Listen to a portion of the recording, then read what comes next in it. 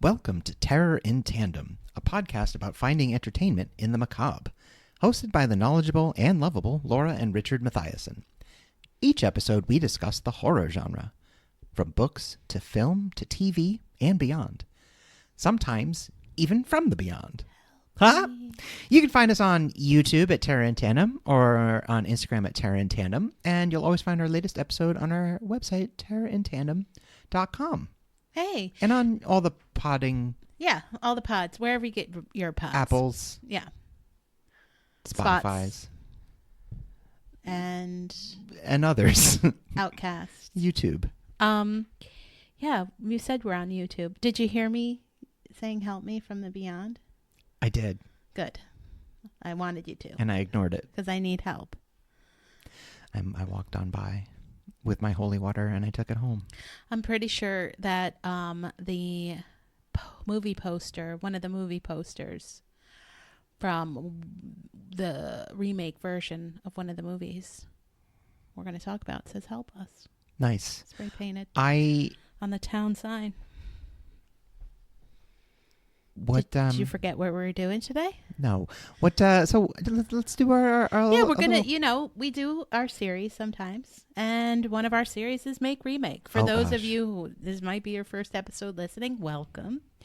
And sometimes we do themed episodes, and this particular theme is Make Remake, where we talk about the original version and then we talk about the remade version and we compare and contrast. And then at the end, we state our preference. Although usually there are context clues by the enthusiasm level of the discussion of each. And of course, the audience applause meter plays into that heavily.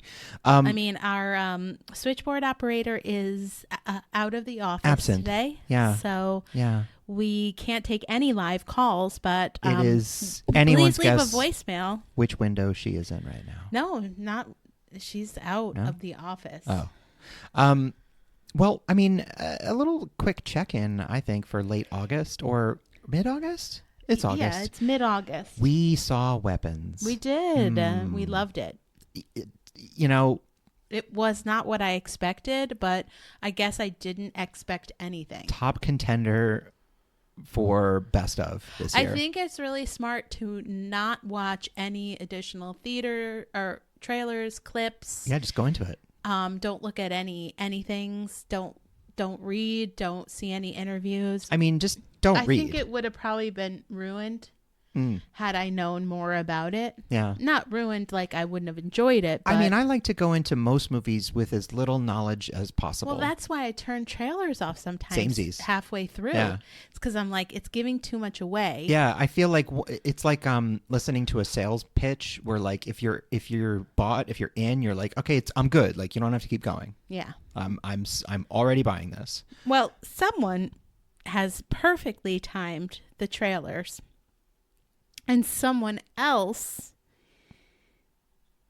was very stressed about us making it. Are you talking about the time that we arrive at the movie theater? Yes. Oh, you timed the last one beautifully. Yes. We got there. Didn't have to sit through. You were not at all convinced. Listen, we were looking for the next movie. Oh, there's one playing in 45 minutes. By like the fifth trailer, I'm feeling like it's an experiment. And we still got there and we still had to watch 2 trailers and some commercials. For sure. And we were like legit 30 minutes late. Yeah. But like around at a certain point when you're watching the trailers and then it goes, and now the movie, and then there's like 15 more minutes of commercials. You feel like at the other end there are people in lab coats taking notes of like if any of you just like freak the fuck out, you know? One thing I will say that really peed me off is when we went to see some movie, I can't remember what, where the Odyssey trailer, Jurassic Park. Maybe. Yeah, it was because we were with Yeah, friends. Stacy J. We have friends. So yeah, we went, and I was like, oh yeah, can't wait for the Odyssey trailer. So we sat through all of the trailers, which were 7 or 8, and then there was like other stuff that happened, like commercials, the Pepsi commercial, the sound quality commercial. Oh, no, it's a Coke commercial. The TDX commercial. Did I say Pepsi? You did. Weird. Yeah. And then battery juice. Another trailer, and it was the Odyssey trailer, but I was like really upset about it. Yeah, it's like when the news, back in the day when the news would start off being like, and we're going to talk about an interesting story, and then it would be like 25 minutes of bullshit. Yeah. To get to the one thing you wanted, which was a dog on a skateboard. But once we watched Weapons, I have to say it was very much worth it. Again, not at all what you expect, and I don't want to tell. Faith restoring. I don't want to tell people what it's about because it's Zach Kreger. If you saw Barbarians, if you're a fan of Whitest Kids You Know, you understand that it's and there's actually a really, really sweet Whitest Kids You Know, like Trevor Moore tribute in this movie. It's kind of gone viral. The hot dogs. You didn't watch. You're not a fan of the show, but like the hot dogs, where the. I just didn't watch it, so yeah, no. Not that I'm not. I understand, but like there's a scene where the two characters are making lunch to have with each other, and there are 7 hot dogs lined up, and that calls back to a really, really amazing skit on Whitest Kids You Know. Well, there's also a cameo from a Barbarian and a Zach Kreger favorite, so. There were a bunch of people in this movie that I had no idea were in this movie. Yeah, but they're not in Barbarians. No, I agree. I know exactly what you're talking about. Yeah. But there were a few people in this movie. I was like, God damn, it's no clue. And yeah. Oh, I can't recommend it. One of the main characters, I knew who it was right away, and I said who it was at the end of the movie. And you're like, no way! Oh my God, was it? Total chameleon. Yeah, lost in the role. It's great. And like good. Like where have you been? And that's great. I Welcome loved back. this movie. Love it. It really brought me like a lot of joy, and it did a lot of things that I think we've started to lose faith in Hollywood of being able to do. I mean, it was interesting, unique, different, but also it was really entertaining and a lot of fun to watch. And again, original content. I like a lot of original stuff, but it's not often that they're also like really fun movies. And this was. This was kind of how I felt about Heretic. Yeah. Yeah, even it's though a crowd I kind pleaser. of knew what it was, but like not really. This one, yeah. I mean, he's shooting his Resident Evil movie now, which, I mean, if anybody can make a good Resident Evil movie, despite the fact that there's like 10 of them and they're all bad, I guess it's him. I'll watch whatever. Speak on, maybe we'll do a remake with his. Indeed. So let's get to this Speaking content. of remake, boy, this is driving me crazies. So yeah, we're going to discuss the 1973 and the 2010 version of the film, The Crazies. The first movie made when neither of us were born, and the second movie made when both of us were dating and living together, and we saw it in the theater. But we weren't yet married. No. We weren't. To each other. So the first film, 1973's The Crazies, or otherwise called Operation Trixie. Codename Operation Trixie, which not as good. No. That sounds straight up like a porno. They do say Operation Trixie or Trixie a ton of times in the film. Oh, yeah. Yeah. And it's the code name. The remake, they say The Crazies a bunch of times the film. Yeah. They do. So this one is starring Lane Carroll as Judy, Will McMillan, who went on to star in The Enforcer with Clint Eastwood. That's the second Dirty Harry movie, I think. Yeah. And was a series regular on General Hospital. No, it's the third one. Stars as David. And, William McMillan went on to do a bunch of stuff. Lane Carroll not so much. No, look, it's a low budget George Romero movie that isn't a of the Dead movie. It has a cast of largely stage actors and some people unknowns. went on to do a bunch of stuff in the tertiary character for sure group. So the plot is that in Evans City, Pennsylvania, a plane crashes carrying a bacteriological weapon named Trixie. Operation Trixie. I just quick aside, in the movie they do play pretty loosely with bacterial versus viral. Yes. Like they say virus and bacterial bomb like a lot. And it's pretty clear that George Romero, when writing this, did not know the distinction.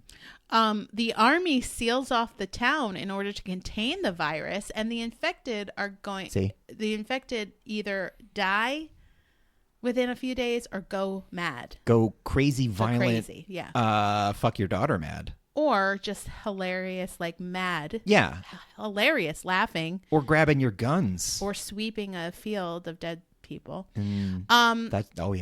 Judy, who's a nurse and is pregnant with David's baby, who plays a fireman, and their best friend, Clank, try to reach the border of the town, but they're hunted by the army, all while a scientist tries to find a cure. So the film immediately starts with a husband who kills his wife and sets his house on fire with his kids inside. So you're not kidding about the immediately part. This movie immediately kicks off right away. Yeah. Like the opening scene after like maybe 5 seconds of these two kids playing hide and seek is the dad bashing the place up and setting it on fire. Like it's listen, there are a lot of George Romero mainstays, and the first one of them is kids getting killed. Yeah. And also like immediate action. Like it jumps into the shit. So the remake, The Crazies from 2010 is directed by Brent Eisner, who went on to later do the Expanse TV series, which is a Tandem favorite. So good. The books too. But the show was also very But he good. didn't write the books. No. Starring Timothy Oliphant, who is from Justified, Deadwood, Alien Earth, and many Conan all the cool Needs stuff. a Friend episodes. Go. And he stars as David. Scream 2. And Rhoda Mitchell, who's from the Silent Hill movies, the Has Fallen movies. So Olympus Has Fallen. Yes, London Has Fallen. Whatever comes next. And Crawl, which is a Tandem favorite. Yeah, we did Rhoda Mitchell is she's an Australian actor who is always in dope stuff. She's always solid. Yeah, she's in a lot of I would say borderline B movies, but she plays that always solid character. They're good. She's good. And she plays Judy. So David and Judy. So the plot of this one, it is similar, but I'm going to give you a little bit more specific. In Ogden Marsh, Iowa, a local sheriff played by Oliphant shoots and kills a local resident because of his erratic behavior at a baseball game. A plane crashes. By erratic behavior, we mean walking onto the field with a loaded shotgun and pointing it at the cop. A plane crashes as a toxic virus enters this farming town, and a local farmer burns his house down with his wife and son inside, and David and his pregnant wife, Judy, along with their friend and deputy, Russell, start to put the pieces together. Once the military comes in and starts to quarantine and control the town, everything goes awry. No, not the U.S. military. So, let's just kind of give our brief overview of, each one. Sure. Like the first one, let's talk about some similarities and differences between the two, and then our overall feelings of scenes and stuff. It's first off, the first movie, I love the first. I love the original. I think the original movie it's a kind of movie you really don't see a lot of anymore. It's George Romero through and through. I mean, it's got every bit of social commentary that Dawn of the Dead and especially Day of the Dead with the military. It's just so it's not subtle.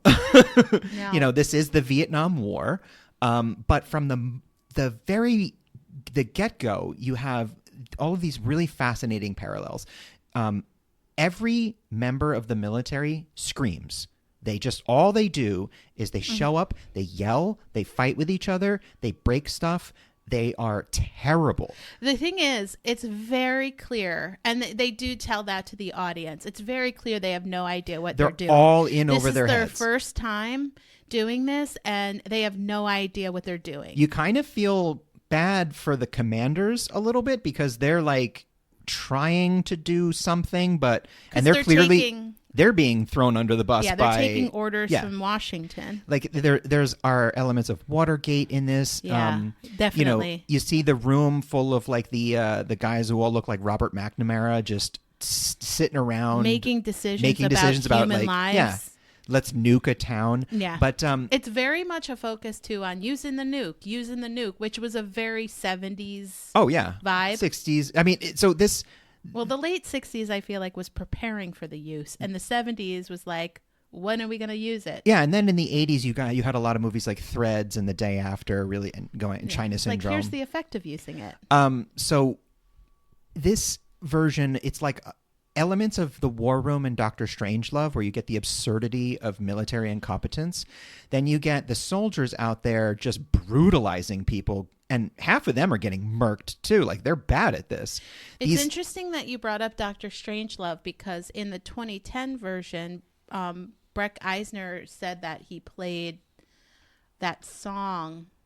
We'll Meet Again? Yeah. Oh, I know. It happens. Yeah. So he picked up on that from the original. Oh, it's very, very obvious. Like, when you're watching all these stuffed shirt military guys screaming at each other over like who's right and who's got authority. It just looks like George C. Scott, yelling at, you can't fight here. It's at the War Room. The one thing that is a standout for this is that there actually is a scientist who's trying to find a vaccine or cure. Well, in my opinion, there is a lot more character development in the original amongst the survivors. The two protagonists of the film are jaded Vietnam veterans. They're actually the only two people in the town with any army experience, and they're the first two which right from the get-go they're like, you cannot trust the army. The army is not your friend. They are not here to help. Yeah, and the dialogue between the main characters like Judy and David and with Clank and others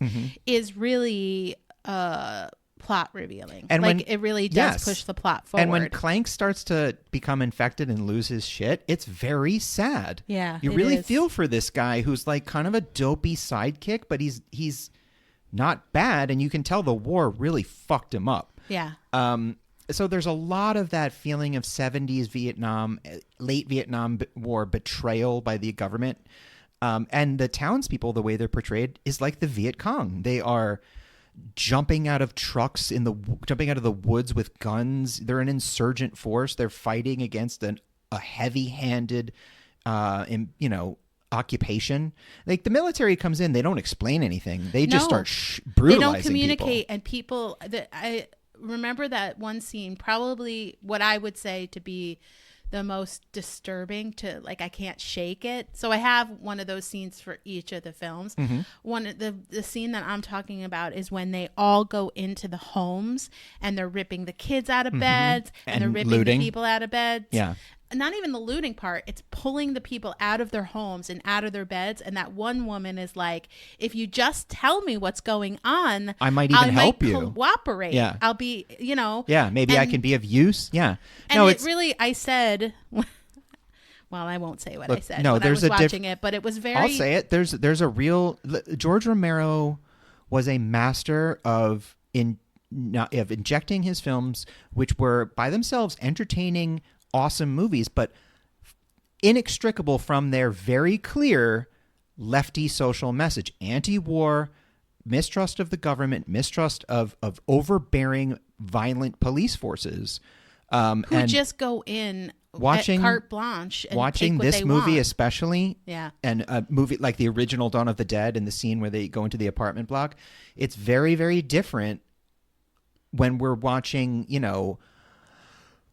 the the Israeli genocide in Gaza and the way that people are dehumanized there, and we're watching on our own streets with the ICE. militarization, ICE and the National Guard. The I'm military comes in and rips a baby from its mother's arms, and all I could think of was some of the things news that I've seen. I'm not trying to be one side or the other. No, I don't think there are. We're not trying to be political preachy, but saying, we're just talking about this film. These are videos that we're all seeing in our algorithm all day. This is in our minds. It's in our eyes, in our heads, and it's definitely changing the way I see movies. This is a B movie, but it does have a message. And that was very prevalent and relatable in 1973 for what was happening. It's 51 years ago, Vietnam folks. War. 51 years ago, and I'm watching something being like, this is really close to home. Yeah. So anyway, sorry about that, but it had to be said. It would be disingenuous to say we are not living through the times we're living through. The other thing that was really kind of, George Romero was the ending. There are so many Romeros in this movie, but the goddamn bleak ending of hopelessness and just shit. Yeah. The scene of where the colonel, that he goes on, to the next town. Which happens to be Memphis. Yeah. Not a small bumfuck town. No, which is also so he strips down in the helicopter light. Yeah. In the UV light. The people of the town where they filmed this were extremely vocal about that. They were very offended by that. About a black man getting naked. Well, yeah. Rural Pennsylvania had some things to say. Well, good thing that's changed. They were basically had to be convinced that, it was going to happen. Yeah, George Romero already proved, with Dwayne Jones in Night of the Living Dead, that he does not give a fuck about your racist opinions. Yeah. What a champion. I love it. But yeah, that was another element of it was everything gets hung on the one black guy. The colonel, and all of his superiors are like, you did a great job, so as a reward, go deal with this in a major metropolitan area. But it wasn't a great job. What it was contained. It was like 2 or 3 competent people given an army of fuck ups, and the goal is to contain, and he did the containment. The soldiers were very much like the draft soldiers of the late Vietnam War, the later years, where it was like, we're not sending what they're told. Graduates of West Point. We're sending, people who are available. And maybe as the war drags on, the standards for recruitment get lowered. You're not sending the same group of people. So there's a lot going on. That being said, it's an extremely gory B movie, low special effects, lots of exploding heads, which is another Romero special, bright orange blood. Well, red.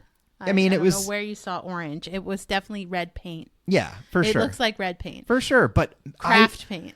There's so much, all of Romero's, especially his work in the 70s, there's so much DIY scrappy love. Oh, yeah. That I loved it, but also really just beyond the goofy and the sort of duct tape and cardboard elements of it.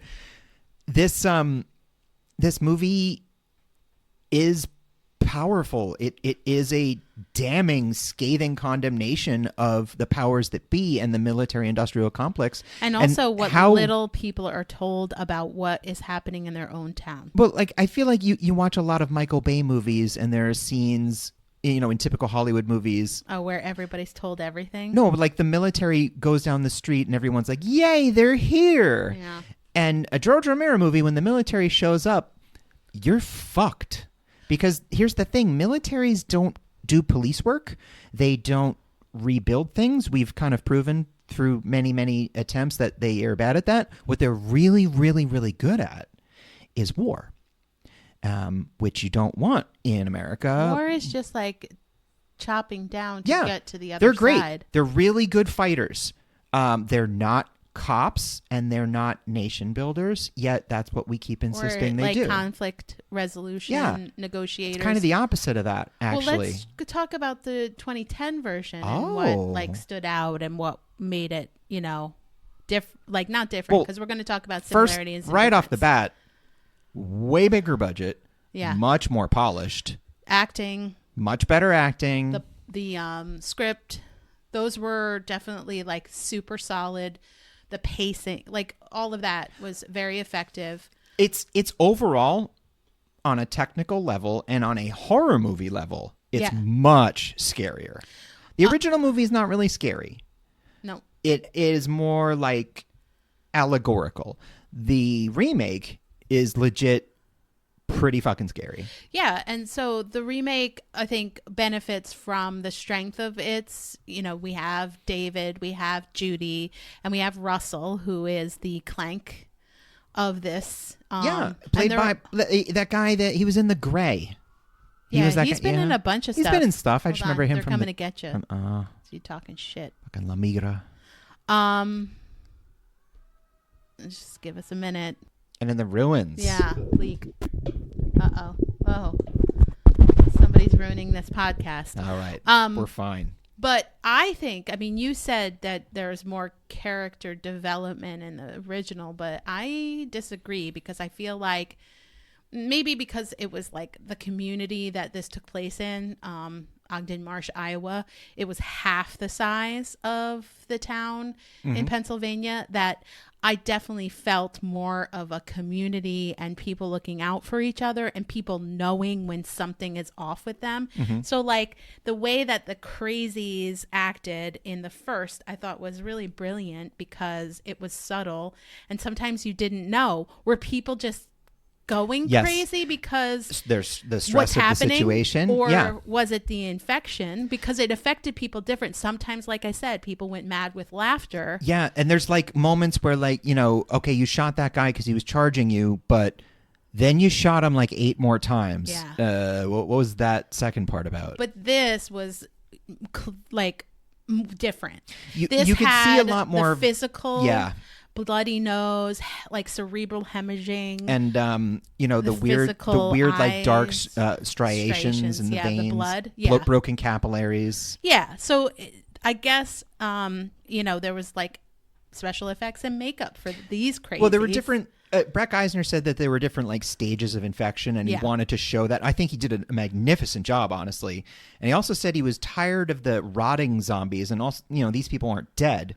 So he wanted to make more of a feverish look. Yeah. So the sweat and the angry lines gives it more of a viral infection look, like rabies kind of. And hats off. Like, I thought the look of the Crazies in this movie was really great. I thought it also showed the differences in humanity very well, like the relationship between David and Judy, David's reaction to shooting his neighbor just in front of everybody at a baseball game. Oh yeah, he took it like his emotional reaction. Also it's funny because like Raylan Givens throughout the course of Justified blows away like 900 people and barely like breaks a sweat. Yeah. And in this movie, like it did feel more like a small town sheriff having to shoot his first person and being like kind of fucked up about it. When the people, when they find out, when Judy and David find out that that guy burned his family alive,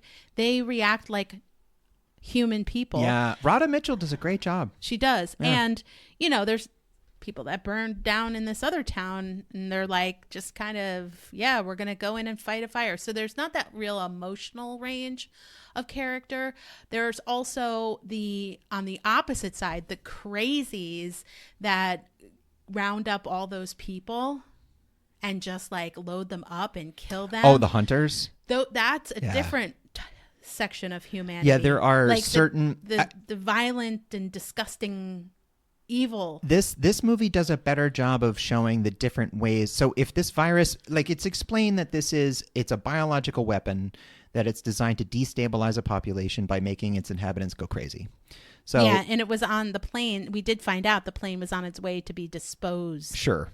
Probably. I mean, there's a lot of lies, right? So, but the thing about the second movie, the remake, that does a really good job of showing how it's really more an erosion of your inhibitions. So it manifests a little differently in certain people. Like some people are able to fight it much better, or some people it comes out in insecurity and jealousy, and then the people who are already kind of psychotic makes them into absolute monsters. Like, I thought it was interesting that the hunters who are like lawbreakers are the ones that end up being the most disgusting deplorables, you know? Yeah. Do you want to take a break and talk more about I do.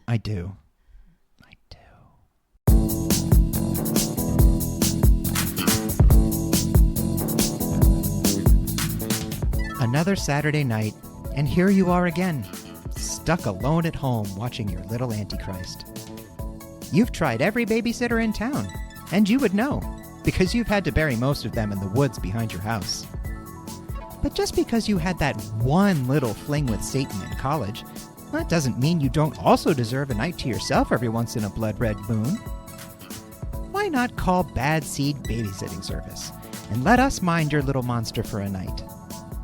Our team of demon wranglers and Munchausen mommies have a combined pool of experience that is literally older than most gods known to modern man.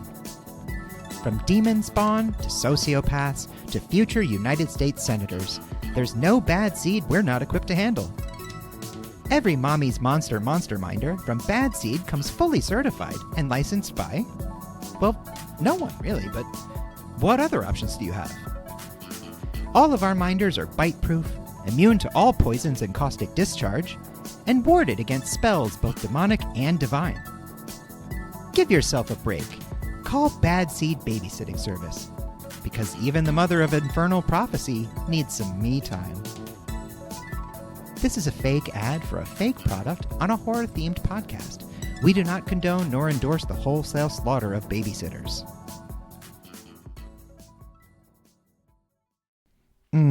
Sorry, I just had this tall glass of murky tap water. I'm sure it's fine.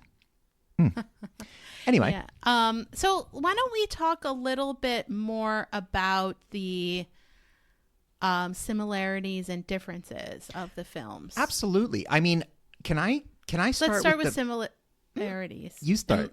What did you want to start with differences? No. What were you gonna do? That's different. That's not. What were you gonna? Were you? I think similarities are easier, and then differences we can talk more about. Got it. So the similarities, I'm just gonna run through a couple. The plot, the biotoxin, and for the most part, the behaviors. The crazies. Of the crazies. Yeah. Also, the gas masks on the military. Yes. The faceless military. Let's just lump it all with military intervention, escalation, and mishap. Like, that's similar. Yes. And the brutality. Yes. The needless brutality. Yep. The lack of communication. Heavy-handed and intimidation. The main characters, although they have different jobs, they're very similar. Like, one is a sheriff in one, David is a sheriff in one, and a fireman in the other. Mm-hmm. Yeah, like Judy is a nurse in one and a doctor in the other. They're all given the first responder altruistic instincts. Yeah, they have different names. They have this similar names, and the overall the dynamics pregnancy. are the same. Russell obviously is different than Clank, but still the number 2 to the number 1. Russell and Clank are close enough. Yeah, as close as Ratchet and Clank, you would think. Aw, I love them so much. The restart at the end for the next town containment protocol, and the self-aware friend sacrifice. Yeah. So Russell and Clank both going out like heroes. Yep. So that Russell Judy and especially, David could get man. away. Damn, he takes out a bunch of No, I mean Clank. Clank, yeah. Clank takes out a bunch of fools. Russell just sort of makes himself into a suicidal meat shield. Yeah. Which is fine, I guess. Yeah. So the differences, you want to talk some about that? Well, obviously this is both a similarity and a difference. So the audience, the social commentary about the nature of the military's relationship with its domestic population, I think it's much more prevalent in the first version, and at first I was conflicted about that, but now I think that the second version actually does perfectly reflect the modern American relationship with the military, which this is initiated by like an autonomous drone. Yeah. We don't see anybody in the control room. There are no scenes of people making decisions. All of the decisions happen without our knowledge. We only ever see one soldier without his mask on, and he doesn't know shit. And he's just a kid. So you see the faceless, formless, without identity soldiers that may or may not be human because I can't see any of their body or their faces. They're wearing these scary masks. Yeah. The drones, the technology, I think that is a much more accurate portrayal of how we now view our military, which is a lot of technology, a lot of long-distance warfare, and a lot of indiscriminate, slaughter of civilian populations. Well, let me put it to you this way, okay? The focus or the point of view of the original was primarily from the military decision-making and mismanagement, as opposed to the remake, which was more from the point of view of the survivors. So, however, yes, the nature of the military is completely different. Correct. The military of 1973 in Vietnam, those were the last resort draftees. Yeah, those guys didn't want to be there. So they don't, right. They're like looting, they're shooting people, they're getting shot. Like so many of the soldiers in the 1973 version get killed by like townies. Yeah. They're not trained. They're tone thrown of in there. The original, the military and the veterans post-Vietnam War. Complete disorganization. Correct. It's like they've never done this before. Now, but the military in the 2010, it's like this is a town. It's like it's all they do. Third town yes. that they've done it and in. They are, but the difference is that the cogs in the machine, the similarity is the soldiers don't know what's going on, but the difference is the soldiers in the new one are highly trained, specialized, and fully fucking in on following orders. Yeah. Like the original ones, they're not really that good at following orders, just like late Arab drafted Vietnam soldiers were pretty insubordinate. It was like watching Apocalypse Now. There wasn't much organization. There was and there was the life expectancy you was saw like that in the 8 scene minutes. In the original when they were inside playing cards. Yeah, and exactly. Eating soup. They had their masks off. There was but in the remake, nobody takes their mask off. No, and even when the one mask is taken off from the one soldier and he's just a kid, he's like, I was told that if I take my mask off, I'm dead. And that could very well have been true. Oh, it looked like it was true. The propaganda. Well, that's how it ended. Yeah. They were like walking in a field to the, city Grand Rapids, yeah. which was quadruple the population, and they were like Operation Containment. Yeah, because the it implication probably is airborne. The implication is that this is a done deal.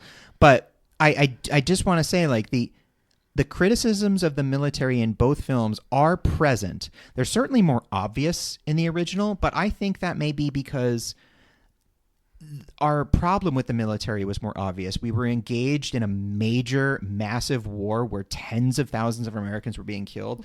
In Watergate, the Pentagon Papers, all of this stuff going on at once, whereas now we're not told a lot of our military decisions. I doubt most of us can even say how many countries or which countries we're currently engaged in military action in. Everything is secret. Everything is couched behind technology. Let me speak to that because much like my original disturbing scene, I have a very disturbing scene from the 2010 remake, which is when Rhoda Mitchell finds all of the filled and burned bodies with the tags of the non-infected. I will say stacked up, and all of the bullet casings. That was actually a really well shot scene because the first thing she discovers are bullet casings everywhere, and it's like, what? Yeah, empty bullet casings. So like all that over was the always street. the intention. Yeah, intention to eradication. Yeah, containment equals eradication. But like the mind fuckery that they were doing to the citizens. They were giving them green bands thinking that they would be fine. It's the same. Well, so that's where the parallels in the remake are less subtle. And I do appreciate it because this is not a subtle issue. The armbands, that's how the Nazis would separate people in the ghettos and in the concentration camps. The mass extermination, that's the final solution. And then just but like the tearing that soldier's mask off and he's a kid. Yeah. Recruiting the youth because they're easy to manipulate and propagandize. Both of these movies are highly critical of the military-industrial complex as it exists in the time of their making. Yeah, which is great. 2010, we're coming off of 2 terms of Bush. We're still in the basically, unfortunately, the halfway point of 2 decades-long wars. And that is a sign of a thoughtful director who watched and with a critical eye the original and reflected it back into the actual time. Yeah, and Brent Eisner did make a much more tense, pulse-pounding, scary movie because the military he is addressing is tense, scary, faceless, and full of scary technology, whereas the military that George Martin was criticizing was coming off of catastrophic failures that were reshaping the American image of wait, I thought we were the heroes, right? We beat Hitler. How are we not are we the baddies? Well, let's move on to more differences, like the bleak ending of the 1973 version and Judy and the baby being killed, which is so sad. Yes. And there's just this bleak ending, even though for our main characters in the 2010 version, we see them walking away alive.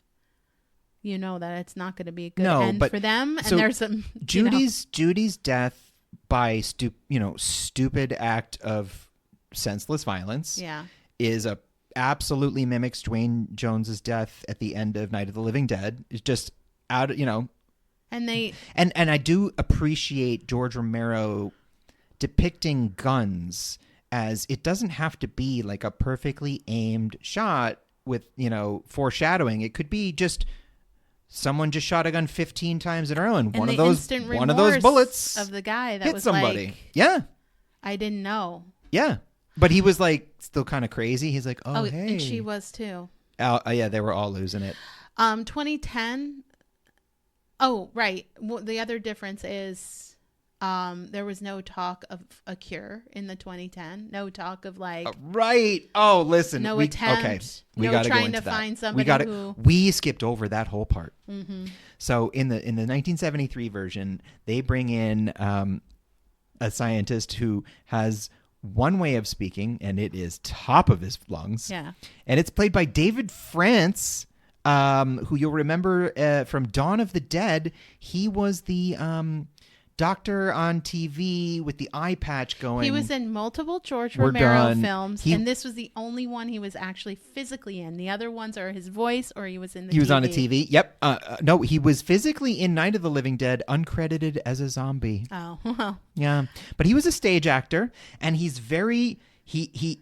He's got that booming voice. Well, trivia, he was an Orson Welles historian. Oh, which is hilarious because he kind of looks a little bit like Orson Welles and he kind of sounds like him.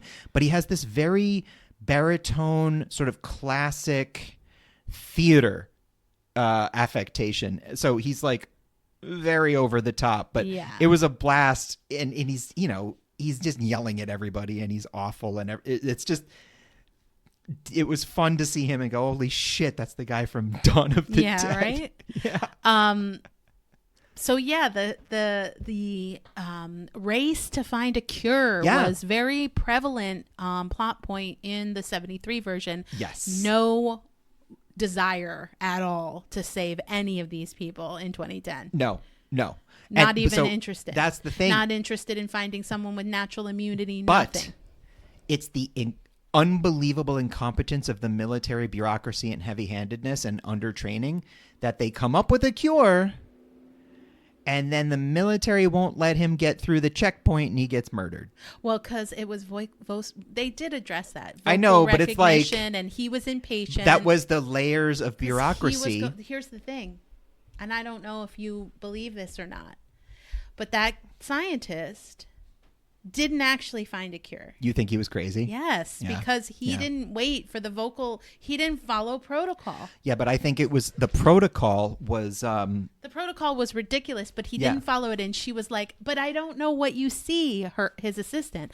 I don't know what I'm looking for. Yeah, she did say that. And they said, and after he was dead, they said, we've looked and looked and we couldn't figure out what he was working on. Yeah. So he was crazy? Yes. Fuck, Laura. Good catch. Thank you. Okay, I missed that one. So the thing is, there's no cure. So like, I think in the 2010 version, they're like, yeah, we're not even going to bother.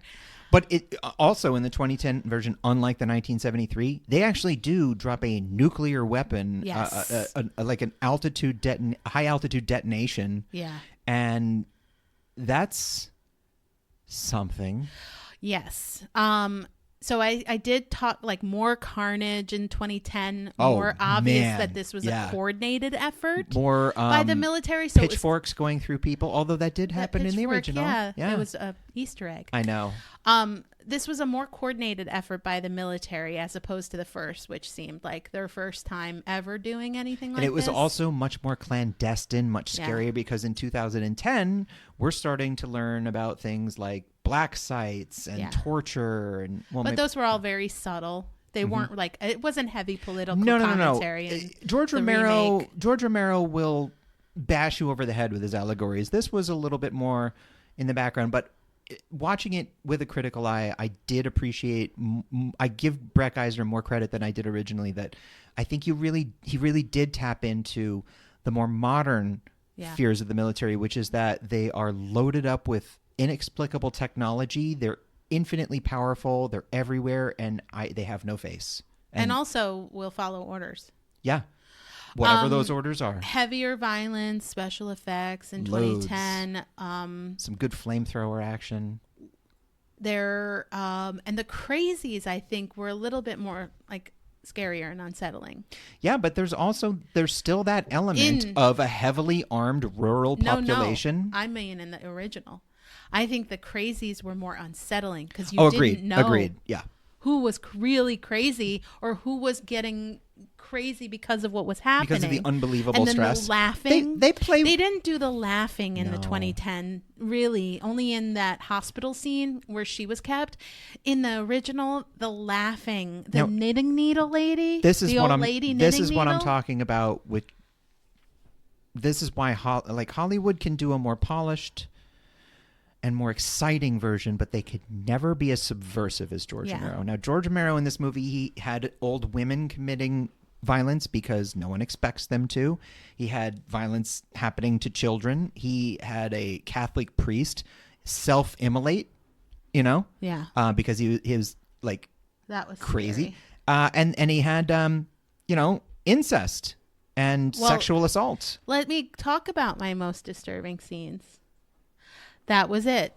The original one, the incest between the father and his daughter, both crazy. And that was really disturbing and hard to watch and really rough. And then the most disturbing scene in the remake. Not like necessarily exploitative and overdone. No. I mean, I've seen more graphic incest on Game of Thrones, but it was just very disturbing to watch. Yes, that was like what incest should make you feel like. Yes. Game of Thrones incest is not... Are you trying to make this sexy? Yeah. That's not cool, guys. Am I supposed to root for these people? I don't like that. No, this was very much like, nope, don't like that. Yeah. Don't like that at all. This was really uncomfortable to watch. One of the scariest scenes in the 2010 was definitely in the car wash. Yeah, the car wash was great. That was a really great scene. Sensory and overload. Then what happened as soon as the car drove out. Mm-hmm. That was also great. Mm-hmm. Like it was just really well Being done. chased by the Black Hawk was great. Yep. Yeah. There were a lot of, it was like we've said, it was a much more like polished, tense movie. I'm just saying if the original really stands out for me in just being each have their value. Yes, I agree.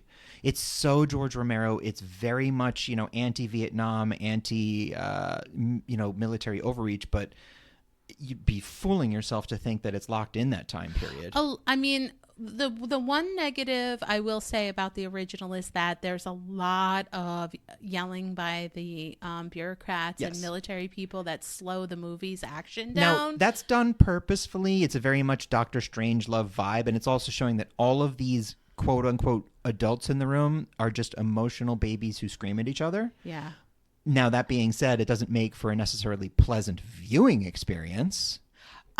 And oftentimes with our remakes, I have a clear front runner that I would be like, I would recommend if you're going to watch one to watch this one. Mm-hmm. In this circumstance, I would recommend that you watch both. What?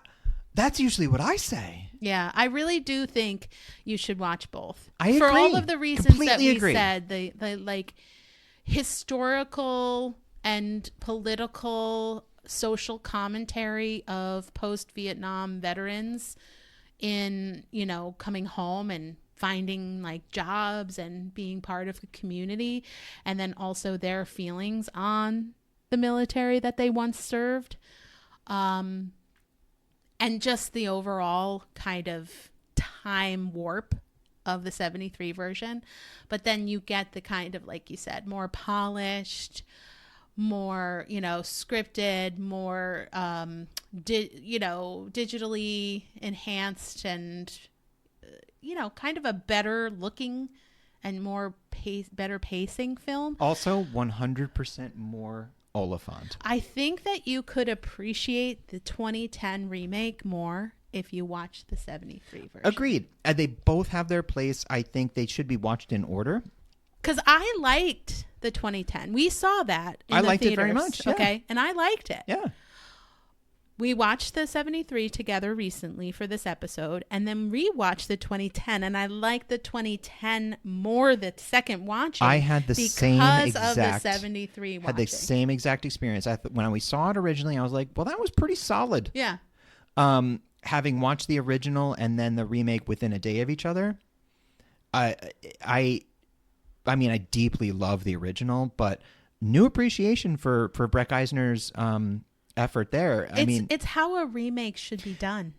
Well, if you want to address it just from that, yes, this is one of the remakes I would hold up, both to point to the power and the pinnacle, and this is how you should do it, but also to point against naysayers of like, well, don't reflexively say no to it, because the Dawn of the Dead remake from 2004, like those are some examples of like, no, this can be done well. Yeah, they're not shot for shot remakes, nor Not at are all. they complete abandoning the original. No, it was no disrespect paid. But I really, having seen them both in close proximity to each other, I just admire that it is the same theme throughout, but just very beautifully customized for the time in which the movie was released. It's almost as if, like, one could make an argument that these little towns across America have been infected since 1973.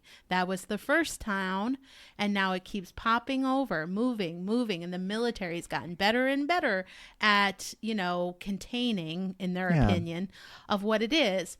Like maybe there's something in the drinking water that made rural towns go, I want to cut all of the social programs that keep me alive. Isn't that really what the 2010, that was the biggest social commentary? Rural town in Iowa's drinking water is contaminated by a malevolent source. And I the other part of that was when the townspeople fought back within like 24 hours, and they fought back with guns because everybody they all have guns. Yeah. Well, in the 73 they did too. But it's kind of the difficult, not to this degree though. No. The difficulty with dealing, trying to quarantine a local American public is they all have military grade weaponry now. Yeah. So, well, there was luck. a specific rounding up of all of the guns of the community in the 73 version. There was. Even the cops leading to the... Correct. Yeah. So in the 2010, they didn't take the time to do that because they're like, well, we're just going to kill everybody anyway. True. I enjoyed that shit. Did you agree with me then? What I said is watch both? I enjoyed both of these. I was so pleased that you liked the 73 version because I was like, oh, this might be a little too much. But I 100% endorse and agree and would vote for you for anything. But also your idea of watching both of them. I do think that they complement each other beautifully, and that this is like The Hills Have Eyes remake is another one. Just a remake done so well. Yeah. And that's the kind of remake I really like to do. Is I don't like to bash. Yeah, right. You know, sometimes you have to. Though, sometimes the remake is so good, or the original is so good, you need to pay homage. Yeah, you have The Fly, where the original's all right, but the remake is like a classic. Yeah. Or The Thing, the original's all right. I feel like I felt the same way about both The Flies as I do similarly to this. Like, you should watch them both. Yeah. Yeah, indicative of the times. Well that was our remake on the Crazies. I had a lot of fun with this. I don't know. Look, I just really like watching movies with you. Yeah, me too. And we hope you like watching or hearing about movies we watched together. Ooh, before we go, can I just ask, I wonder if anybody's made it this far. Like, is a watch along something that anyone might be interested in? Let us know. Yeah, just send us a DM on our Instagram page at Terror in Tandem. I think we mentioned that. I don't know how to do a watch along, but we'll figure that out and we'll do it. I do. Yeah, and what do you want us to watch? Ooh, interact with us. I'm sure if any of you know me, you'll probably pick some sort of gross body horror. You're not allowed to see me walking out of the shower and say things like that. It's hurtful. It's accurate, but it's hurtful. See you next time.